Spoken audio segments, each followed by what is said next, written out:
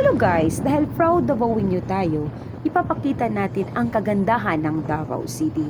Aside sa nagagandahang Davaoenyo at nagugwapuhang Davaoenyo, syempre maganda din ang aming lugar. Isa sa mga magandang improvement dito sa Davao City ay ang Coastal Road. Ito po yung Coastal Road sa may Bagua Playa. Hihiramin ko muna ang napaka-trending ni Madam Annabel.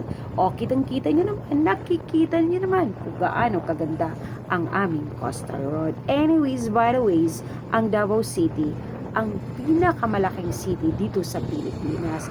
At syempre, isa sa pinakamalinis na lugar at hangin dito sa Pilipinas. Kaya samahan nyo ako guys na tuklasin ang kagandahan ng Davao City.